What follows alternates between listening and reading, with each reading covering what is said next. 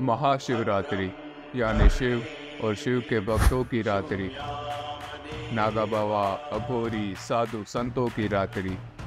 चलिए आपको लेके चलता हूँ एक ऐसी ही अद्भुत रात के उमंग में, जहाँ भजन, भोजन और भक्तों की कोई कमी नहीं। एक ऐसी जगह जिसका शिखर गुजरात की ऊंचाइयाँ छूता है और जिसकी तलेटी पर विराजमान है तीनों लोक के नाथ भवनाथ। स्वागत है आपका इतिहास के गढ़ में, स्वागत है आपका जूनागढ़ में विराजमान गिरनार पर्वत और भवनाथ लिंग की महिमा का वर्णन हमारे पुराणों में भी किया गया है। स्कंद पुराण में वर्णित एक कथा के अनुसार एक बार भगवान शिव माँ उमा और अन्य देवी देवताओं से नाराज हो जाते हैं, क्योंकि अन्य देव नहीं चाहते कि भगवान शिव भूत, दानव और राक्षसों को वरदान दे। इसलिए वह सब मिलकर भगवान शिव से इस बात पर विवाद करते हैं, पर भगवान शिव कोई भेद नहीं करते। वो सबको एक समान मानते हैं। जो कोई भी भगवान शिव को अपनी भक्ति से प्रसन्न करता है, भगवान शिव उसकी मनवांछित इच्छा पूरी करते हैं। पर अन्य देवी देवताओं को यह बात पसंद नहीं आती। तब भगवान शिव कैलाश का त्याग कर पुराणों में वर्णित रेविता पर्वत के जंगलों में आकर बस जाते हैं,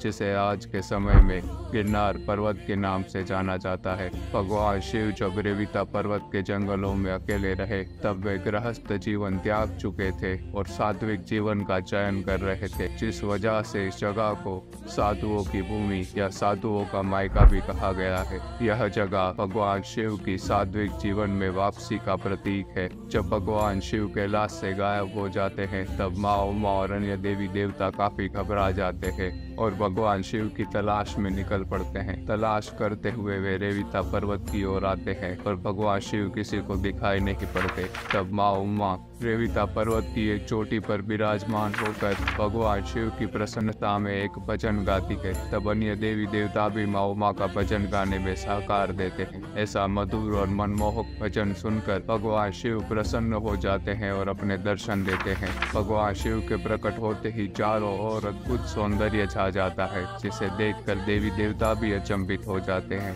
भगवान शिव के प्रकट होने से माँ उमा और अन्य देवी देवताओं को प्रसन्नता होती है। तब माँ उमा भगवान शिव से कैलाश लौटने की विनती करती है। भगवान शिव कैलाश लौटने के लिए मान जाते हैं, पर रेविता पर्वत की पावन भूमि पर बीत रहे उन आखिरी क्षणों में भगवान शिव कहते हैं, यह भूमि मन को आनंद और आत्मा को मुक्ति प्रदान करने वाली भूमि है, इसलिए इस भूमि को वस्त्रापद के नाम से जाना जाएगा।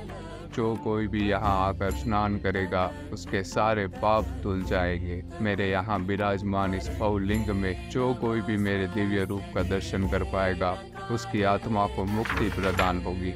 भगवान शिव अन्य देवी देवताओं से भी रेविता पर्वत पर विराजमान होने की विनती करते हैं। उसके बाद भगवान शिव उसी तलेटी पर अपना एक अंश छोड़कर कैलाश लौट जाते हैं। इस अंश को भवलिंग के नाम से जाना गया, जिसे हम आज के युग में भवनाथ लिंग कहते हैं। माँ उमा भी रेविता पर्वत की उसी चोटी पर अपना एक अंश छोड़ जाती है, जिसे आज के समय में हम अंबाजी के नाम से जानते हैं। भगवान विष्णु भी रेविता पर्वत पर विराजमान हुए और अपने अन्य रूपों में वहां आते रहे। उसी तरह अन्य देवी देवता भी वहीं पर विराजमान हुए। गिरनार नाम से जाने जाने वाला पुराणों में वर्णित रेविता पर्वत गुजरात का सबसे ऊंचा पर्वत है, जिसकी शरण में हजारों नागा बाबा और दिगंबर साधु रहते हैं और महाशिवरात्रि के पावन अवसर पर उनकी संख्या और बढ़ जाती है। देश विदेश से आने वाले साधु और नागा बाबा यहाँ पर आकर अपना डेरा डालते हैं और महाशिवरात्रि की शोभा बढ़ाते हैं। महावद नवम के दिन यानी महाशिवरात्रि से 5 दिन पहले भवनाथ महादेव को ध्वजा अर्पण के साथ पशपिरस के मेले की शुरुआत की जाती है, जिसका आनंद लेने लाखों की संख्या में भक्त यहाँ पर आते हैं। माना जाता है भगवान शिव और गुरु दत्तात्रेय भी मानव स्वरूप लेकर यहाँ पर आते हैं। उसी तरह अमर आत्मा माने जाने वाले अश्वत्थामा, राजा ब्रिकपुरी और राजा गोपीचंद भी यहाँ पर आते हैं और भगवान शिव की पूजा करते हैं। महाशिवरात्रि की रात भवनाथ में विराजमान अलग अलग समाज के साधु और साध्वी मिलकर एक रवेड़ी का प्रयोजन करते हैं। इस रवेड़ी में शामिल हो रहे साधुओं के पास अपनी अखाड़े की पहचान के ध्वज चिन्ह होते हैं।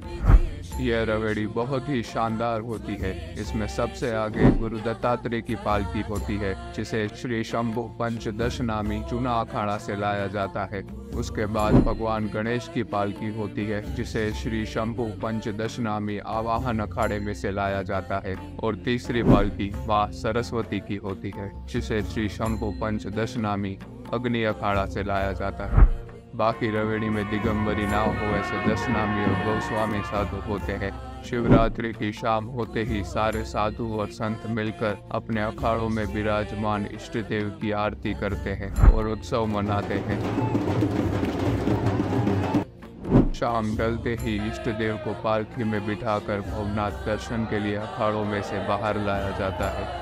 ढोल नगाड़ों के आवाज और हर हर महादेव के नारों के साथ नाचते और कर्तव्य करते हुए साधु संत रवेड़ी की शुरुआत करते हैं। भगवान का इंतजार कर रहे भक्त रास्तों के दोनों तरफ बैठ जाते हैं और भगवान के आने का इंतजार करते हैं।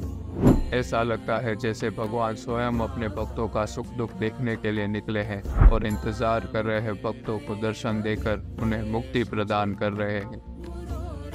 अखाड़ों में विराजमान इष्ट देव की इन मूर्तियों को साल में एक ही बार इन अखाड़ों से बाहर लाया जाता है। रात के 11:30 बजते ही तीनों पालकियां भवनाथ महादेव के मंदिर के सामने आकर रुक जाती है। भवनाथ महादेव और मुर्गी कुंड की आरती के साथ तीनों अखाड़ों के साधु अपने अपने इष्ट देव को सर पर बिठाकर मंदिर के अंदर लाते हैं। पूजा और मंत्रों उच्चारण के साथ सबसे पहले तीनों इष्ट देव की मुर्गी कुंड में डुबकी लगाई जाती है। उसके बाद इष्ट देव को फिर से अपने स्थानों पर विराजमान कर दिया जाता है। इष्ट देव की मूर्तियों को स्नान करवाने के बाद सारे साधु संत और साध्वी आकर मुर्गी कुंड में स्नान करते हैं।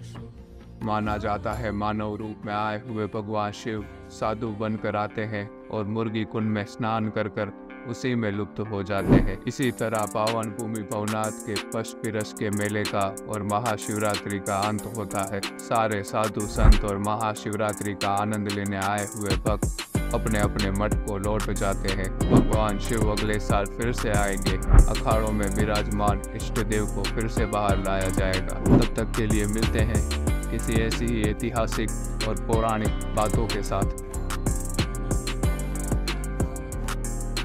ऐसे ही और वीडियो देखने के लिए चैनल को लाइक, शेयर और सब्सक्राइब करें।